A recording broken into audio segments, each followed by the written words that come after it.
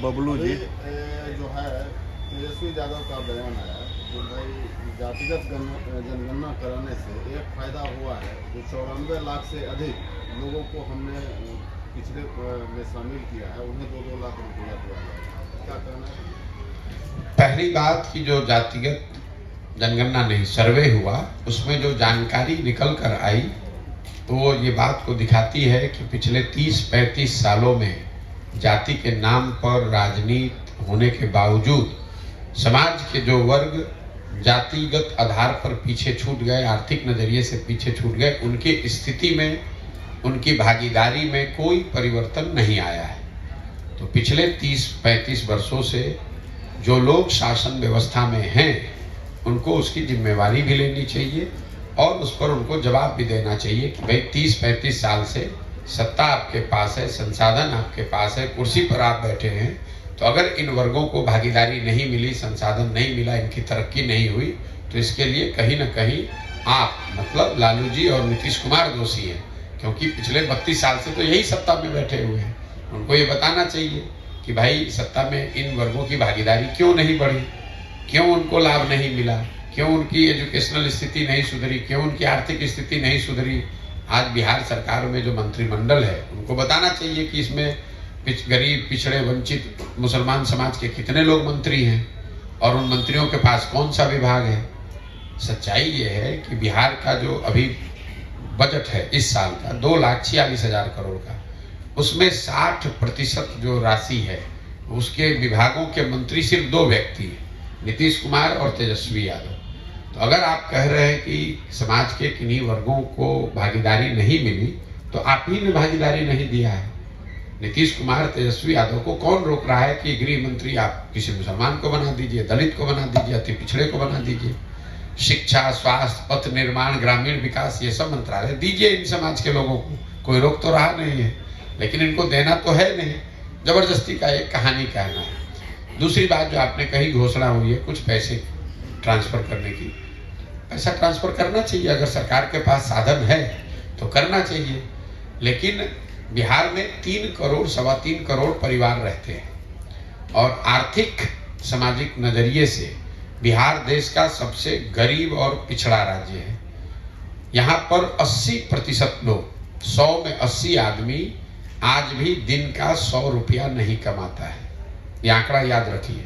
बिहार में प्रति व्यक्ति आय है 34-35 हजार रुपया, देश में प्रति व्यक्ति आय है 1,35,000 रुपया। तो अगर आप कह रहे हैं कि उसमें से जो सबसे गरीब है उसको हम मदद कर रहे हैं, तो कीजिए मदद, उससे कोई दिक्कत नहीं, होना चाहिए। सरकार के पास अगर साधन है और ईमानदारी से अगर उन लोगों की कुछ मदद होती है तो उसका स्वागत करते हैं। लेकिन इस तरह के रेवड़ी बांटने से कुछ होने वाला नहीं है। जब तक आप समाज को पढ़ाएंगे नहीं, शिक्षित नहीं बनाएंगे, उसको रोजगार नहीं देंगे, तो ये राजा प्रजा वाली जो व्यवस्था है कि हम आपको, जब आप मजबूत गरीबी में पड़िएगा, जब परेशानी में पड़िएगा तो आइएगा तो हम आपको कुछ मदद कर देंगे। तो राजद वगैरह के नेताओं का, दलों का यही मॉडल है। अस्पताल सुधारना नहीं है, अस्पताल का औचक निरीक्षण करना है। अरे भाई, अस्पताल सुधारोगे, उसके लिए कोई व्यवस्था बनाओगे, तब तो औचक, तब तो निरीक्षण होना चाहिए। लेकिन इनको तो न्यूज बनाना है, राजनीति करनी है। 2 लाख रुपया प्रति व्यक्ति देने से, प्रति परिवार अगर ये दे पाए तो बहुत अच्छी बात है। न इनको देना है, न कुछ करना है। ये चुनाव अभी सामने है तो अपना एक लॉलीपॉप बांटने का तरीका है। अभी तक कह रहे थे कि आरक्षण दे के सुधार देंगे, अब 2 लाख रुपया दे के सुधार देंगे। कुछ नहीं करेंगे। अगर 2 लाख रुपये को 3 किस्त में देने की बात है तो 65,000 रुपया हुआ, महीने का 5,000 रुपया हुआ। 5,000 रुपया मिलने से किस परिवार का गरीबी दूर हो जाएगी, जरा बताइए तो हमको। आज से 2019 के चुनाव में कांग्रेस पार्टी ने एक योजना जारी की थी जिसमें कहा था कि हर परिवार को 6,000 रुपये महीने का मिलेगा। कोई वोट मिला उससे? एक भी वोट मिला कांग्रेस को उससे? जनता इतना बेवकूफ है। 2 लाख रुपया अगर आप प्रति परिवार देते हैं तो प्रति परिवार वो 5,000 रुपये महीना हुआ अगर आप 3 किस्त में देंगे तो। और परिवार का साइज है 5-6 लोगों का, तो हर व्यक्ति पर कितना हुआ? हर व्यक्ति पर 1,000 रुपया हुआ। वृद्धावस्था पेंशन दे रहे हैं 400 रुपया है और आप प्रति परिवार 1,000 रुपया देने लगी है, तो झूठ मूठ का लॉलीपॉप पब्लिक को बेवकूफ बनाने की बात है। सर पंचायत में सर जो मतलब आपके द्वारा सर जो यूथ क्लब जो बनाया जा रहा है सर उससे क्या मतलब फायदा है सर, क्या उसका मतलब? देखिए, यूथ क्लब बनाने के दो उद्देश्य हैं। पहला, जब मैं यहाँ आया ये अभियान को लेकर, जन स्वराज की परिकल्पना को लेकर, तो हमने एक अध्ययन कराया कि बिहार में कौन से लोग हैं जो सांसद और विधायक बनते रहे। मैंने ये पाया कि पिछले 30 साल में बिहार में जो व्यक्ति भी सांसद विधायक बना है, अगर सारे दलों के सांसदों विधायकों का नाम एक जगह लिखिएगा तो आपको पता चलेगा कि पिछले 30 वर्ष में बिहार में सिर्फ 1250 परिवार के लोग ही विधायक और सांसद बने। दल कोई जीते, व्यवस्था कोई बने, नेता और परिवार वही रहता है। मैं आपको उदाहरण एक दूंगा, आपको समझ में आएगा। कई बार आपको लगता है कि लालू जी के पार्टी में परिवार है, ये कांग्रेस में परिवारवाद है। आप भाजपा को बिहार में देख लीजिए। भाजपा के आज अध्यक्ष है सम्राट चौधरी। ये कौन है? इनके बाबूजी है शकुनी चौधरी। जब बिहार में कांग्रेस का शासन था आज से 35 साल पहले, तो शकुनी चौधरी उसमें विधायक और मंत्री थे। जब लालू जी का शासन आया तो शकुनी चौधरी जी उसमें भी विधायक और मंत्री बने। जब नीतीश का दौर आया तो उसमें भी शकुनी चौधरी विधायक और मंत्री बने। जब मांझी जी मुख्यमंत्री बने तो उसमें भी वो विधायक और मंत्री बने। और आज अगर भाजपा की ताकत थोड़ी दिख रही है तो भाजपा को भी कोई दूसरा सामान्य वर्ग का कोई कुशवाहा परिवार का बच्चा नहीं मिला, उनको भी शकुनी चौधरी का बेटा ही मिला है। ये सिर्फ राज्य के स्तर की बात नहीं है। अगर इसको आप गहराई से अध्ययन करेंगे तो आप पाएंगे कि हर प्रखंड में, हर विधानसभा लोकसभा में 4-5 परिवारों का कब्जा है। वही लोग घूम फिर के, दल बदल के, झंडा बदल के वही लोग जीतते हारते हैं। इसको तोड़ने के लिए मैं जो ये क्लब बनवा रहा हूं कि बिहार में हर पंचायत में 8 से 10 ऐसे बच्चों को चुना जाए जिनमें राजनीतिक समझ, जज्बा है, जो राजनीति करना चाहते हैं, सामाजिक राजनीतिक पहचान बनाना चाहते हैं। वो पैसे वालों के लड़के नहीं हैं, उनके बाबूजी मंत्री विधायक नहीं है, लेकिन उनको सामाजिक राजनीतिक क्षेत्र में काम करना है। और ऐसे बच्चों को चुन कर लाया जाए, उनको संगठित किया जाए, उनको आगे राजनीतिक सामाजिक पथ पर बढ़ाने में जन स्वराज के माध्यम से उनकी मदद की जाए, उनको सलाह दिया जाए, संसाधन दिया जाए। इसीलिए ये क्लब बनाए जा रहे हैं। और अभी जो आप देख रहे हैं, हर पंचायत में 4-5-7 क्लब ऐसे खुले हैं। धीरे धीरे ये संख्या बढ़ेगी। फिर इसको साल 2 साल में धीरे धीरे इन्हीं बच्चों में आपस में उनके काम के आधार पर कुछ बच्चों का चुनाव होगा। अगर पूरे बिहार में हमारा संकल्प है कि जन स्वराज 1 लाख बच्चों को राजनीतिक सामाजिक प्रशिक्षण क्लबों के जरिए से देगा। इन 1 लाख बच्चों में से अगर 5000 बच्चे भी अच्छे निकल गए, वही लोग कल मुखिया बनेंगे, समिति बनेंगे, प्रमुख बनेंगे, उसी से निचले स्तर पर सुधार होगा।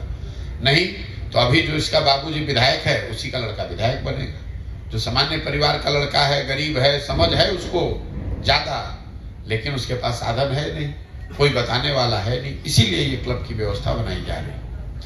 मोहन यादव का आगमन हो रहा है सीएम बनने के बाद, पहली बार भी। किसका? ये सीएम बने हैं मध्य प्रदेश जी। उनका पहली बार आगमन हो रहा है सीएम बनने के बाद। भाजपा को क्या फायदा होगा इससे? अब इससे हमको क्या, मोहन ज्यादा वोट पर सेंध लगा पाएंगे क्या? भाई इतना ज्यादा दिमाग हम नहीं लगाते हैं कि कौन आएगा तो क्या हो जाएगा। लालू यादव जाएंगे यूपी में तो वहां का जो यादव है वो इनके बात सुन के वोट दे देगा। मान लीजिए कि मुलायम सिंह यादव हैं, अखिलेश यादव जी हैं, मुलायम सिंह जी माफ कीजिएगा तो हम दुनिया में नहीं रहे। अखिलेश यादव यूपी में लीडर हैं। वो अगर बिहार में आकर राजनीति करेंगे तो क्या उनके कहने से पूरा समाज वोट दे देगा? ये तो हर दल में हर जाति के लोग हैं। दल का ये आउटरीच का प्रोग्राम है, समाज से संपर्क का प्रोग्राम है, चलता रहता है। अभी सर जो वर्तमान सर समय में लग रहा है कि जो जाति धर्म विशेष के जो चुनाव मुद्दे बनाए जाते हैं, और जो दौर चल रहा है, जो आपका यात्रा जो पदयात्रा 16 महीने चल रहा है, कितना सफलता मिल पाएगा, क्या लग रहा है? ये कितना सफलता मिलेगा, हमारे पास कोई ऐसा भविष्य को देखने की क्षमता तो है नहीं। लेकिन आपकी समझ पर एक छोटी टिप्पणी कर दूं, ये जितने आप लोग पत्रकार हैं, राजनीतिक विश्लेषक हैं, राजनीति करने वाले लोग हैं, उनको ये जरूरत से ज्यादा समझ आती है बात कि बिहार में सब चीज जाति पर ही होता है। 2-3 बात आप समझिए। आप बिहार में पत्रकारिता करते हैं, राजनीति कवर करते हैं, देश के हर हिस्से में तो गए नहीं हैं। जाति सिर्फ बिहार में नहीं है, जाति हर राज्य में है और जातियों का प्रभाव राजनीति पर जितना बिहार में है उतना यूपी में भी है, कर्नाटक में भी है, गुजरात में भी है, आंध्र प्रदेश में भी है। अगर आप ये नहीं जानते हैं तो इस जानकारी को ले लीजिए। दूसरी बात, बिहार में हर व्यक्ति जाति पर ही वोट कर रहा है, इस धारणा से बाहर निकल जाइए। अगर हमारी बात पर नहीं भरोसा आपको करना है, जो तथ्य सामने उसको देखिए। बिहार में भाजपा की जो वोट मिलता है, ज्यादातर लोग कहते हैं भैया भाजपा को नहीं मिलता है, भाजपा का सांसद तो मुखिया का चुनाव नहीं जीत सकता है, मोदी जी के नाम पर वोट मिलता है। ये तो आप मानेंगे कि मोदी जी के नाम पर बिहार में वोट पड़ा है भाजपा को। तो मोदी जी की जाति के कितने लोग बिहार में रहते हैं? मोदी जी को वोट देने वाले कितने लोग ऐसे हैं जो मोदी जी के जाति के हैं? ये जबरदस्ती आपको सामने दिख रहा है, लेकिन आप उसको मानना नहीं चाहते। अब उसको आप कहे तो धर्म पर दे दिया, भाजपा के संगठन पर दे दिया, चलिए उसको छोड़ दीजिए। बिहार में 18% मुसलमान है। मुसलमान लालटेन को वोट देते हैं, राजद को वोट देते हैं, वो तो जाति पर वोट नहीं दे रहे हैं, वो तो सिर्फ भाजपा के डर से राजद को वोट दे रहे हैं। तो फिर आप कैसे कहिए कि सब आदमी वोट दे रहा है जाति पर ही? मतलब मुसलमान बिहार में नहीं रहता है। 20% वोट वो तो जाति पर नहीं पड़ रहा है, वो भाजपा के डर से पड़ रहा है। बहुत बड़ा वर्ग एक ऐसा है जो भाजपा को सिर्फ इसलिए वोट देता है कि वो लालू जी को वोट नहीं दे सकता। उसको जाति से मतलब नहीं है, उसको इससे मतलब है कि हमको लालू को वोट नहीं देना है।